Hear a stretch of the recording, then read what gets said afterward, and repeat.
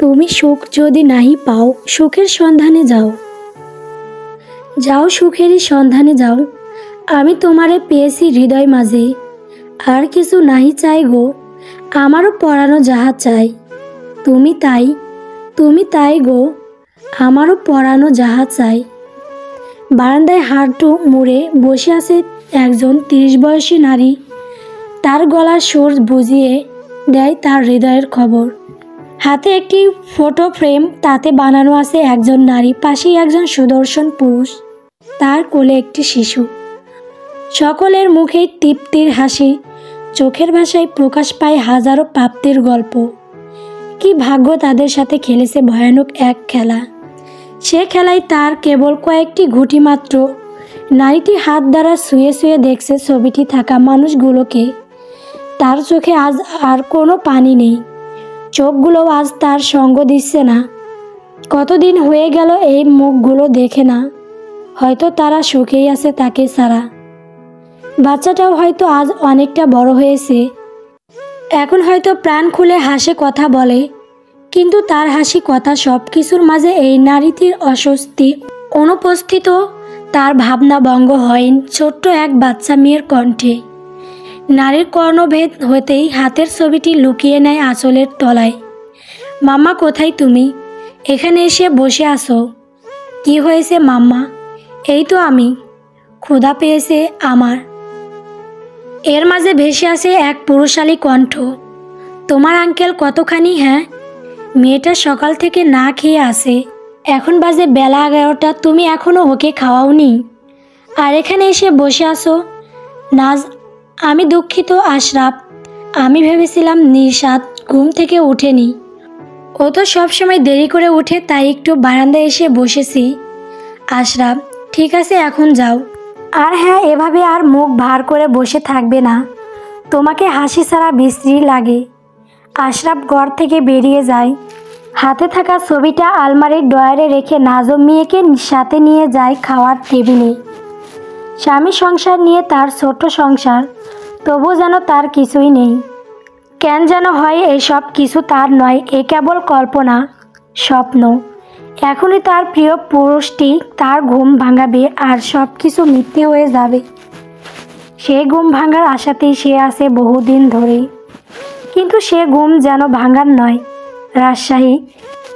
সারা তার বোনকে ডাকতে ডাকতে ঘরে চলে আসে। এসে দেখে মেয়ে কানে ইয়ারফোন গুঁজে উল্টো হয়ে শুয়ে আছে। দিন দুনিয়ার কোনো ধ্যান তার নেই।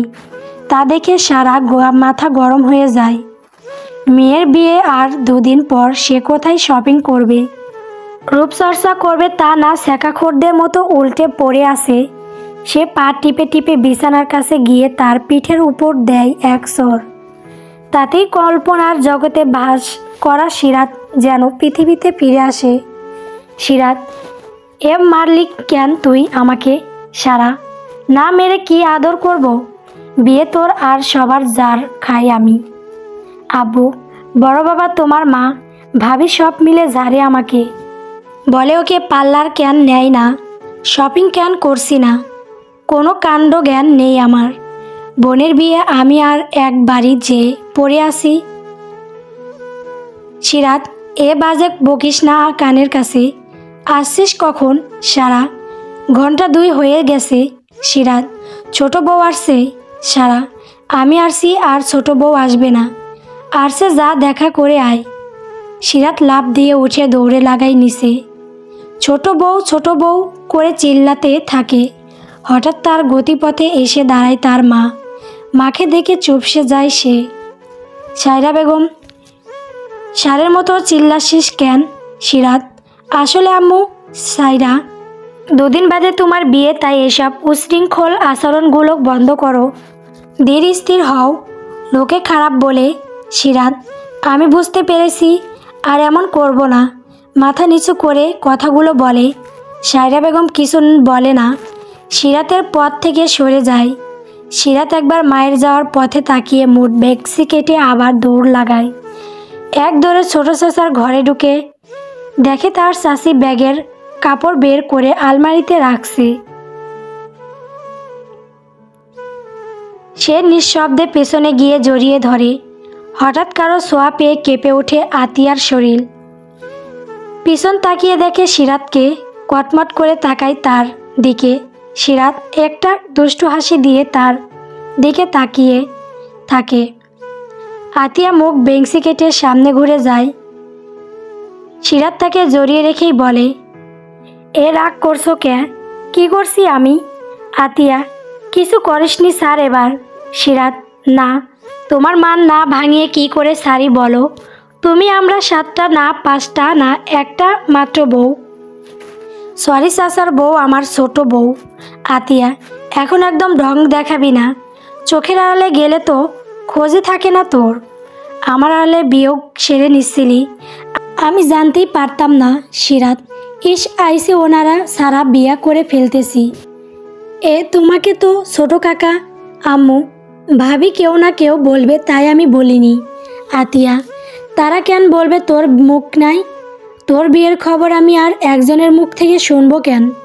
সিরাত, ভণ্ড মহিলা, আমার যে এদিকে মন খারাপ, আমার উপর দিয়ে কি যাচ্ছে তার খোঁজ নিছো একবারও? আইসে ওনারে বলিনি বলে রাগ দেখাচ্ছে। আর একটু হলে তো তোমার পেয়ারি মেজোজা আমারে এক নেশাখোরের সাথে বিয়ে দিয়ে দিচ্ছিল। আতিয়া, ভাগ্যিস রণব ভাই রাজি হলো, না হলে তো কি যে হতো। তোর ভাগ্য দেখে তো হিংসা হচ্ছে। এই সুযোগে কি সুন্দর একটা বর পাচ্ছিস তুই। সিরাত, শুধু বর সাথে একটা ছেলেও ফ্রি পাচ্ছি, যেন বাই 1 গেট 1 অফার চলছে। কপাল আমার। আতিয়া, শুক্রিয়া আদায় কর। নেশাখোরের চেয়ে সুদর্শন বাচ্চাওয়ালা মোরগ পাচ্ছিস, রানী বানিয়ে রাখবে দেখিস। রণবকে তো চিনি সবাই, ও কেমন। সিরাত, হয় চাকরানি বানাই রাখবে। এখনই বাপ ছেলের যা ভাব, কথার আগে পিছনে ডাইরেক্ট অপমান করে দেয়। আতিয়া, বাদ দে, যা হবে ভালো হবে। শোন, বড় ভাই বলছে বিকেলে শপিংয়ে যেতে। আজ না গেলে সব কয়টাকে ঘাড় ধরে বাড়ির বাইরে বের করে দেবে। সিরাত আতিয়াকে ছেড়ে সরে দাঁড়ায়, বলে, সিরাত, কে কে যাবা? আতিয়া, তুই, মিথিলা, সারা আর আমি। সিরাত, ইয়াসিনান। আতিয়া, বাচ্চা কাচ্চা নিয়ে শপিং করা যায়? ওরা থাক সাথে, নাহিলও তো থাকছে। সিরাত, নাহিলকে রেখে যাব? ভাইয়া তো ওকে সব সময় চোখে চোখে রাখতে বলছে, আমাকে আর ভাবি কি। আতিয়া, মেজো আপা তো থাকছে। সিরাত, মাকে ভরসা করি না আমি, ওর সাথে যাচ্ছে আমাদের। আতিয়া, আচ্ছা যাবে, বাপের বিয়ের শপিং ছেলে করাবি। রণব থাকলেও সে সাথে যেত, সে নেই, তাহলে ছেলেই সই। বলে হেসে উঠে আতিয়া। সিরাত কটমট করে তাকায় তার দিকে। এরা তাকে নিয়ে মজা নিচ্ছে।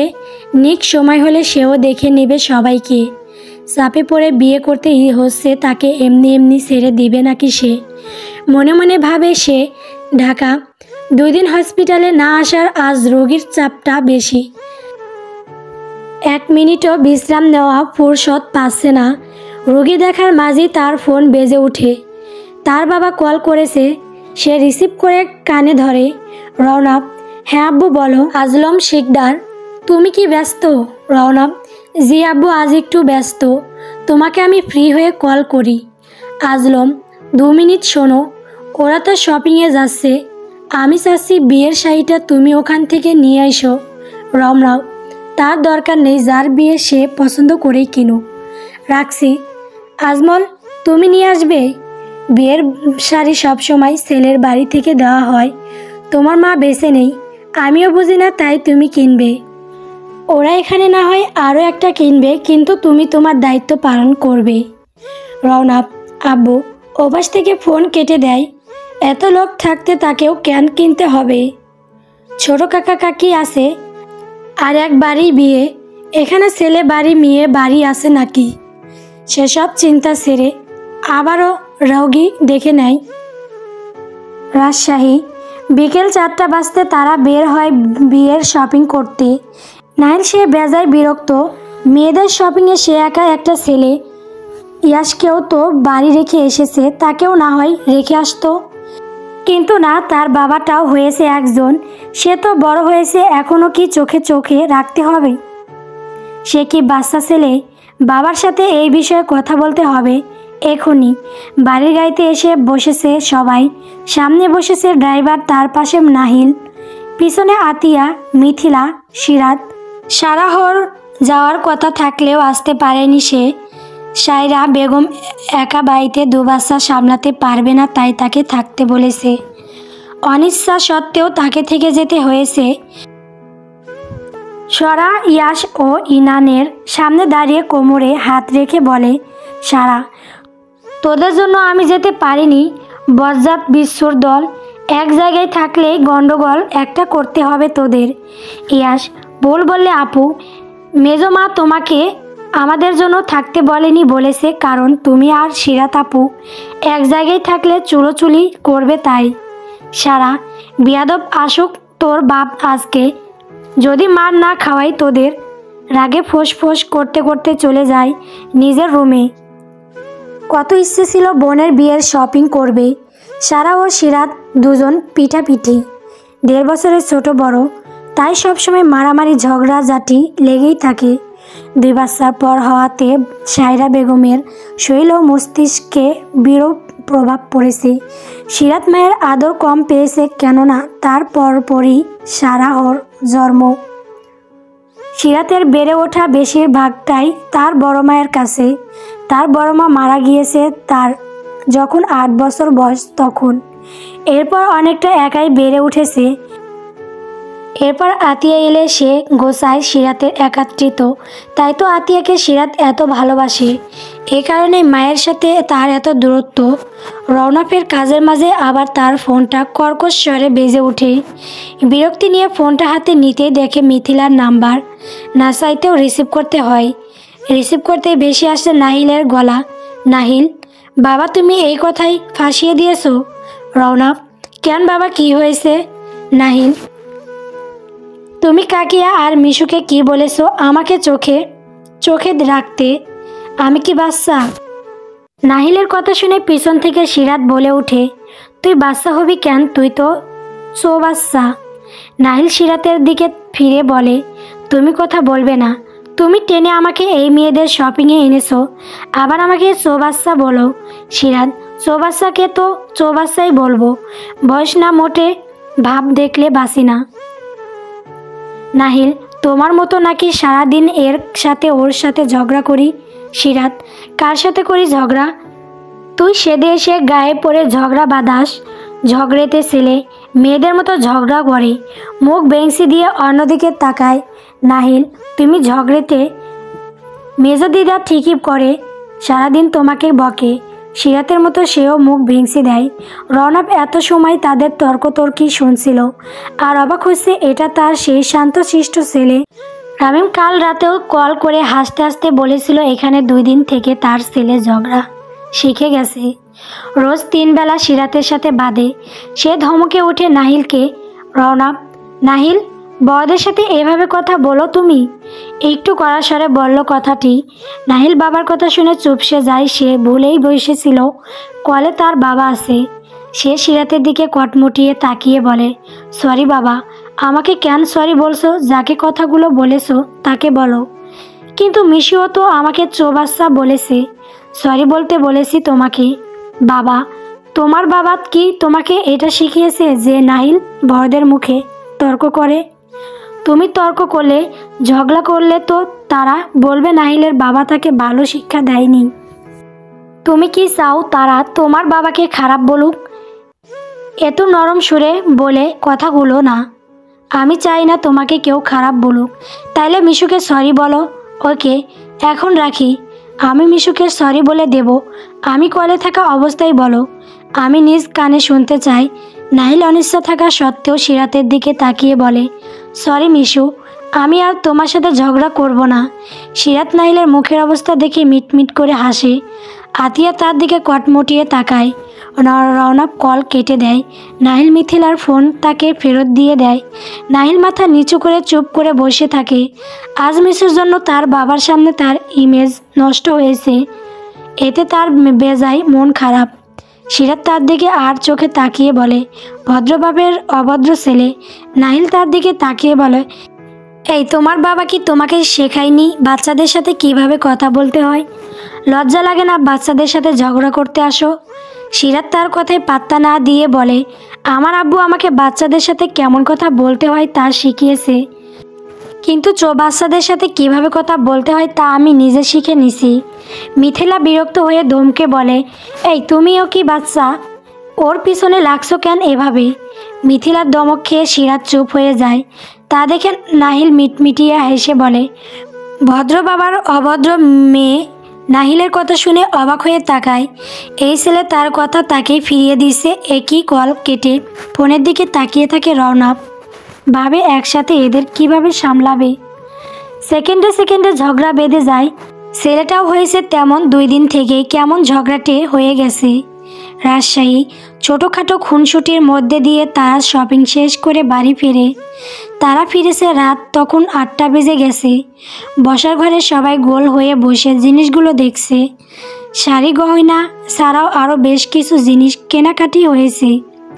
বাকি আছে বরের কিছু জিনিস, সেগুলো যত দ্রুত সম্ভব কিনে ফেলতে হবে। আরব শিকদার বলেন, মেয়ে কেনাকাটা তো প্রায় শেষ, এবার ছেলের কেনাকাটা করতে হবে। আজ একসাথে করে নিলেই পারতি, হাতে আর বেশি সময় নেই। আজমল শিকদার, মেয়েরা তো আর বুঝবে না ছেলেদের জিনিস কেনা। আমি নিষেধ করেছি আতিয়াকে, ওটা বরং তোরা গিয়ে কিনে আনিস। ইশতিয়াক, বড় ভাইজান ও যা খুঁতে আমাদের কেনা কি পছন্দ হবে? আজমল শিকদার, এখন কি তাহলে যার জিনিস তাকে কিনতে বলবো? এমনিতেও বিয়ের শাড়ি কিনতে বলতেই কেমন দোনা মানা করছে, এখন এগুলো কথা বললে কি রাজি হবে? রামিম, ভাইয়াকে কল করে শুনলেই হয়, তারটা সে নিজে কিনবে কিনা। ইশতিয়াক, কে বলছে তোর মাথায় বুদ্ধি নেই? কত বুদ্ধি আমার ভাতিজার। তোর মনে হয় ওকে তুই জিজ্ঞেস করবি আর ও বলবে ওর বিয়ের বাজার ও করবে কিনা? তাদের কথাবার্তায় এই প্রথম মনে হয় সিরাত একটু লজ্জা পেল। বিয়ে নিয়ে তার মধ্যে আলাদা কোনো অনুভূতি কাজ করছে না, না ভয় না লজ্জা, যেন স্বাভাবিক সব কিছু। তবে আজ সবার মুখে এমন সরাসরি আলোচনা শুনে একটুখানি লজ্জা পেল। সে ধীরে সুস্থে নিজের জায়গা ত্যাগ করে সিঁড়ি ভেঙে চলে আসতে গেলে মিথিলা ফিসফিস করে তাকে বলে, ননদি কি লজ্জা পেল? সারা, আয় হাই দেখো ভাবি, লাল হয়ে গেছে মুখ। আতিয়া, আমি তো অবাক হলাম ওর লজ্জা পাওয়া দেখে। সিরাত, থামবে তোমরা? তোমরা বুঝি বিয়ের সময় লজ্জা পাওনি? সারা, কাকি ভাবি আর তুই কি এক হলি? সিরাত, বজ্জাত সর সামনে থেকে। সিরাত চলে যায় তাদের রেখে। এদিকে সিরাতের অবস্থা দেখে ওরা 3 জন একজোট হেসে নেয়। রাতের খাওয়া দাওয়া শেষ করে যে যার ঘরে চলে যায়। নাহিল থাকছে তার দাদার কাছে। বাবার মতো দাদাকেও সে একটু ভয় পায়, তাই তো তার উপস্থিতিতে সে ভদ্র বাচ্চার ন্যায় থাকে। সাদে ইশতিয়াক আর রামিম দাঁড়িয়ে আছে, দুজনে নিশ্চুপ, তবু তাদের মাঝে চলছে শব্দহীন অনেক আলাপ।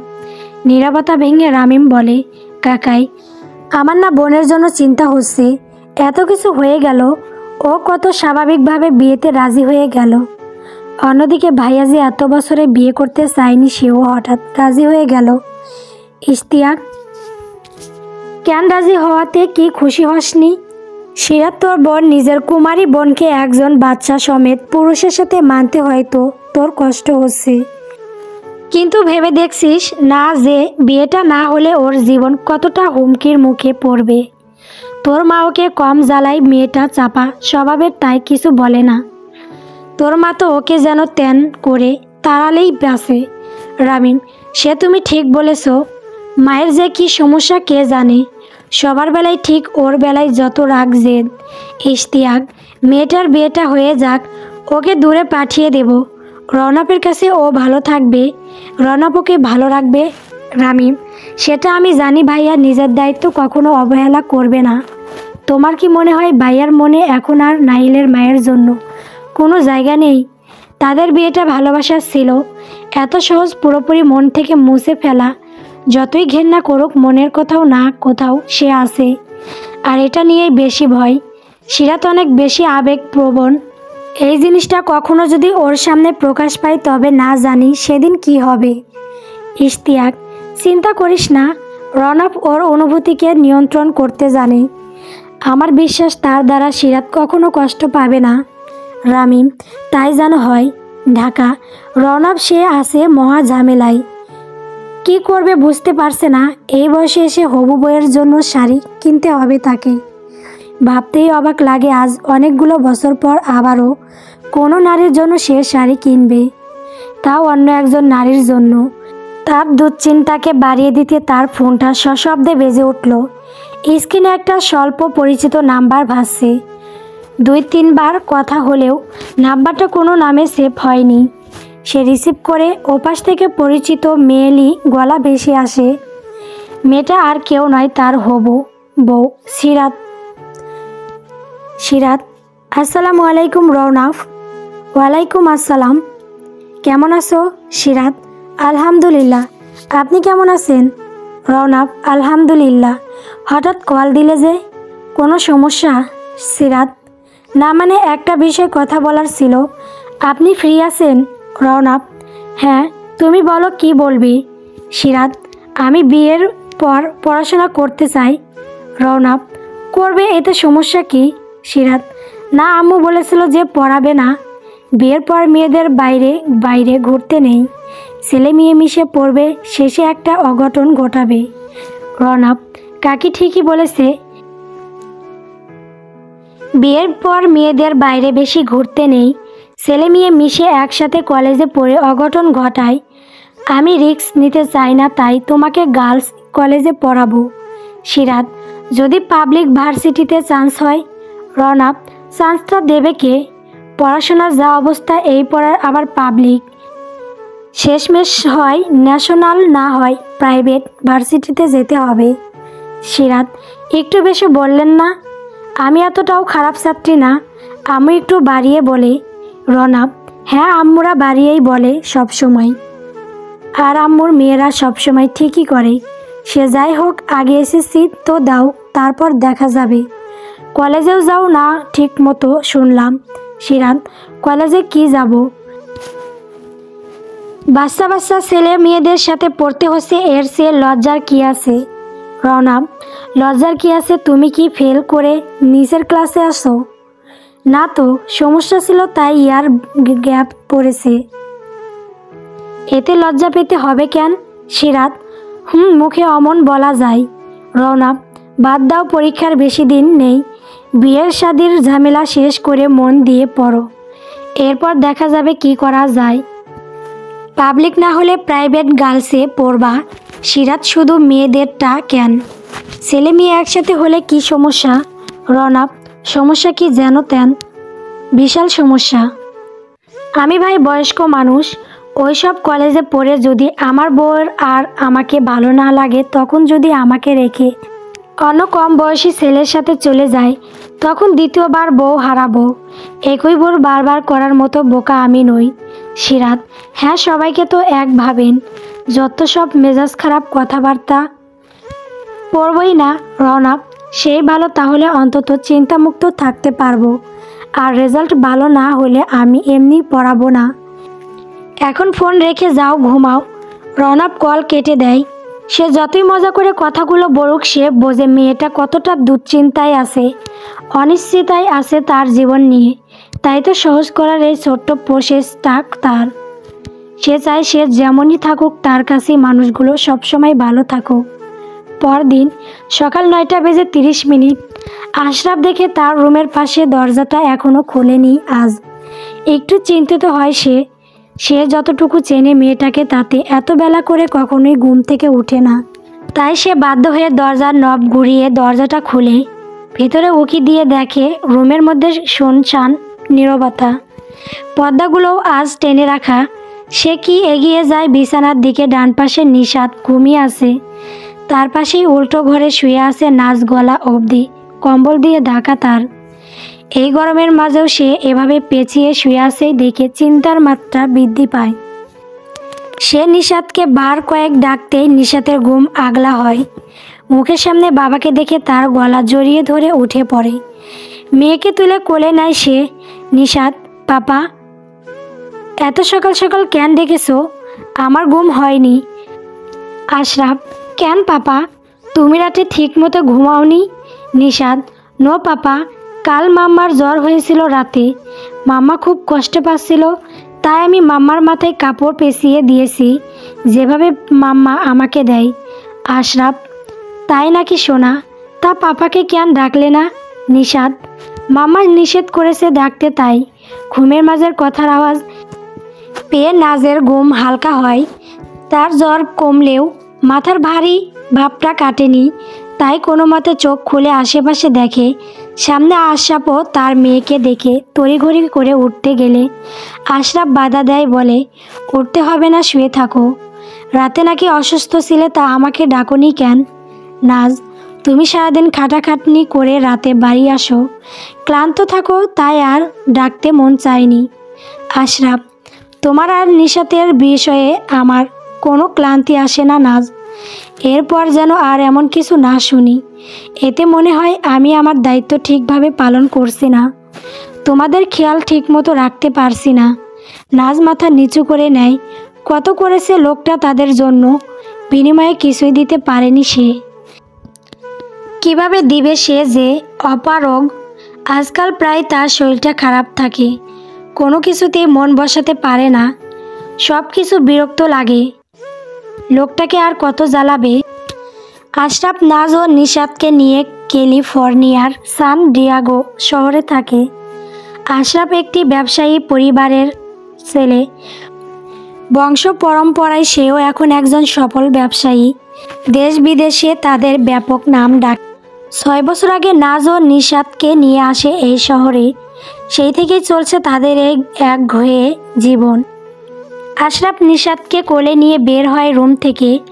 যাওয়ার আগে নাজের উদ্দেশ্য বলে, কষ্ট করে একটু উঠে ফ্রেশ হয়ে নাও, আমি তোমার জন্য খাবার রুমে দিয়ে যাচ্ছি। নাজ, না না না, তার দরকার নেই, তুমি ওকে নিয়ে যাও, আমি আসছি।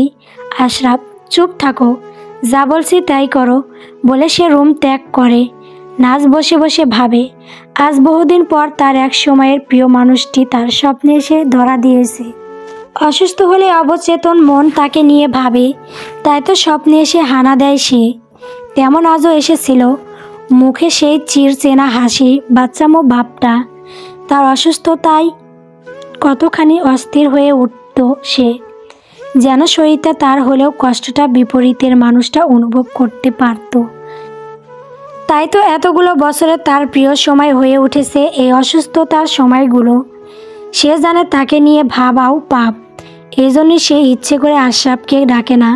আশরাফের উপস্থিতিতে যদি প্রিয় পুরুষটি অভিমান করে কল্পনা থেকেও হারিয়ে যায়, সে জানে তাকে নিয়ে ভাবাও পাপ, তবু মন মানে না। ভাবতে ভাবতে চোখ গড়িয়ে 2 ফোঁটা পানি পড়ে। পানিটুকু মুছে বিছানা থেকে নেমে পড়ে ঢাকা।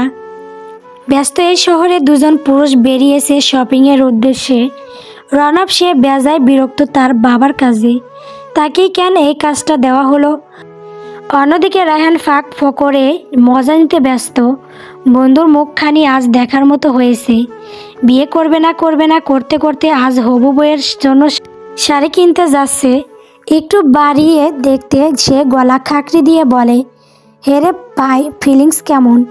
এ বয়সে এসে বিয়ে করছিস, তোর কপাল আছে বলতে হবে। বিয়ে করব না বলতে বলতে একদম সুন্দর কুমারী মেয়ে পেয়ে গেলি। আয় হাই, এক রাশ বিরক্তি নিয়ে তাকায় রায়হানের দিকে। তোর হাত পাগুলো অনেক দিন হলো ভালো আছে দেখছি, এটা সহ্য হচ্ছে না তোর, ভাঙতে হবে দেখছি। রায়হান, পা ভাঙলে বন্ধুর বিয়ে খেতে যাব কিভাবে? তোকে দাওয়াত করছে কে শুনি যে বিয়ে খাবি? রায়হান, তোকে কে বলেছে আমি তোর দাওয়াত দেওয়ার আশায় বসে আছি? আমি অলরেডি দাওয়াত পেয়ে গেছি আঙ্কেলের পক্ষ থেকে। রনব, বজ্জাত, তুই আমার বাপ পর্যন্ত চলে গেছিস? রায়হান, রাগ করিস না, চল যে কাজে এসেছিস সেই কাজ করি। 2 বন্ধু ঢুকে একটা বড় শাড়ির দোকানে 2 জন মিলে শাড়ি দেখছে। মন মতো মিলছে না, খুঁজে খুঁজে রায়হান একটা হালকা গোলাপি শাড়ি বের করে রনবের হাতে দেয়, বলে, এটা দেখ, বিয়ের শাড়ি নাকি ওরাও কিনছে, তাহলে তুই বরং বৌভাতের শাড়ি কিনে নে। আর এটা বেশ ভালোই লাগছে দেখতে। রনব, এটা মানাবে না, ও নিজেই তো কি পরিমাণ সাদা, তার উপর এমন হালকা কালার পরলে শাড়ির মধ্যে খুঁজে পাওয়া যাবে না। রনকের কথা শুনে রায়হান হেসে ফেলে। রায়হান, বা বন্ধু, তুই এত মনোযোগ দিয়ে দেখছিস যে বুঝে ফেলছিস এই শাড়িতে তাকে খুঁজে পাওয়া যাবে না। রনক, আপনি হয়তো বলে যাচ্ছেন সে আমার চাচাতো বোন। জন্মের পর থেকেই দেখে আসছি, তাই আলাদা করে মনোযোগ দিতে হবে না, এমনি বোঝা যায়। রায়হান, বুঝছি, আর বলতে হবে না। এখন দেখ কোনটা নিবি তোর চাচাতো বইয়ের জন্য। রনক খুঁজে খুঁজে গাঢ় সবুজের ভিতর হালকা তামা রঙের কাজের একটা শাড়ি পছন্দ করে, সেটা কিনে নেয়। বিয়েতে সাধারণত লাল শাড়ি পরে, তবে তার কেন যেন মনে হয়েছে এটা সিরাতকে বেশি মানাবে। কেনাকাটা শেষে দুজন বেরিয়ে পড়ে কাল সকাল সকাল রাজশাহীর উদ্দেশ্যে রওনা করবে। পরের দিন হলুদের পর শুক্রবার বিয়ে। সে শুধু চেয়েছিল কাবিন করবে, দ্বিতীয় বিয়েতে আর কি বা অনুষ্ঠান। তার চাচা ইশতিয়াক তাকে বোঝায় তার দ্বিতীয়বার বিয়ে হলেও সিরাতের জন্য প্রথম, তাই কিছু শখ আহ্লাদ থাকতেই পারে। সিরাতের দিকটা বিবেচনা করে সে আর কিছু বলে না। এখান থেকে গিয়ে নাহিলের সাথে কথা বলতে হবে। ছেলেটা হয়তো জানেই না তার বাবার বিয়ে, কোন মুখে বলবে সে কথা যদি ছেলে তাকে ভুল বোঝে। রাত 11:20। রনকের ফোনটা দ্বিতীয়বারের মতো বেজে ওঠে। সে তড়িঘড়ি করে রুমে এসে কল রিসিভ করে। ওপাশ থেকে নারী কণ্ঠ ভেসে আসে, এক নারী কণ্ঠ। গল্প সমাপ্তির প্রণয়।